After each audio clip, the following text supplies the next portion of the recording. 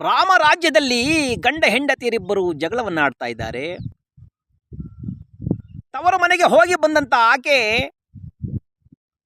ಗಂಡನಿಗೆ ಹೇಳ್ತಾ ಇದ್ದಾಳೆ, ಅಲ್ಲ ಕಣೆ, ಅಪ್ಪನ ಮನೆಗೆ ಹೋದವಳು ಇಷ್ಟು ದಿವಸ ಆದಮೇಲೆ ಬಂದಿದೆಯಲ್ಲ, ಏನಕ್ಕೆ ಬಂದೆ?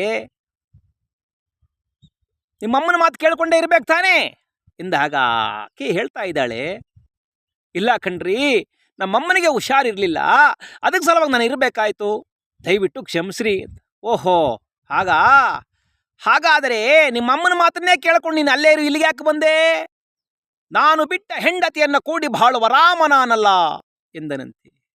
ಬಿಟ್ಟ ಹೆಂಡ್ರ ಕೂಡಿ ಬಾಳುವ ರಾಮ ನಾನಲ್ಲ, ಬಿಟ್ಟ ಹೆಂಡ್ರ ಕೂಡಿ ಬಾಳುವ ರಾಮ ನಾನಲ್ಲ, ಬಿಟ್ಟ ಹೆಂಡತಿಯನ್ನ ಕೂಡಿ ಬಾಳುವ ರಾಮ ನಾನಲ್ಲ, ಹೋಗು ಮನೆಯಿಂದ ಆಚೆಗೆ ಎಂದು ಹೇಳ್ತಾ ಇದ್ದಾನಂತೆ. ಆ ನಾಡಿನ ಪ್ರಜೆಯೊಬ್ಬ ಕೇಳಿಸ್ಕೊಂಡು ರಾಮದೇವರ ಆಸ್ಥಾನಕ್ಕೆ ಬರ್ತಾ ಇದ್ದಾನಂತೆ.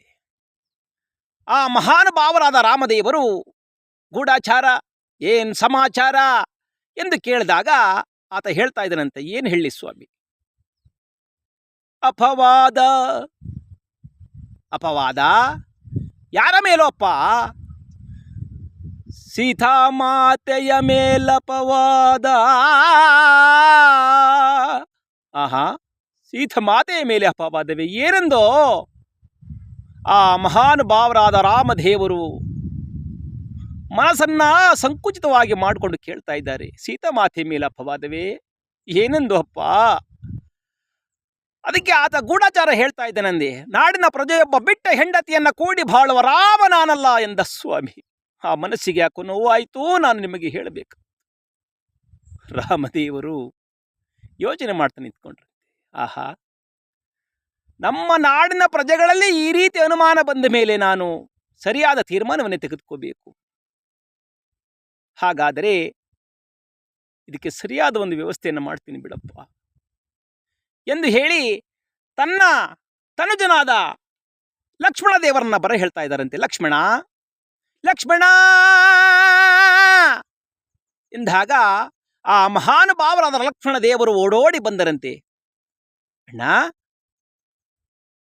ಏನೋ ಕರೆದ್ರಿ, ಹೇಳಿ ಅಣ್ಣ ಎಂದಾಗ ಆ ಮಹಾನುಭಾವರಾದ ರಾಮದೇವರು ಹೇಳ್ತಾ ಇದ್ದಾರಂತೆ, ಅಪ್ಪ ಲಕ್ಷ್ಮಣ, ನಂದೊಂದು ಮಾತನ್ನು ನಡೆಸ್ಕೊಡೋ ಎಂದಾಗ ಲಕ್ಷ್ಮಣ ದೇವರು ಹೇಳ್ತಾ ಇದ್ದಾರಂತೆ, ಅಣ್ಣ, ಇಂಥದನ್ನ ಮಾಡು ಅಂತ ಹೇಳಿ ನೀವು ನಡೆಸ್ಕೊಡಿ ಅಂತ ಹೇಳಬಾರ್ದು, ಏನು ಹೇಳಿ ಅಣ್ಣ, ಶಿರಸ ವಹಿಸಿ ಮಾಡುತ್ತೇನೆ ಎಂದಾಗ ಆತ ಹೇಳ್ತಾ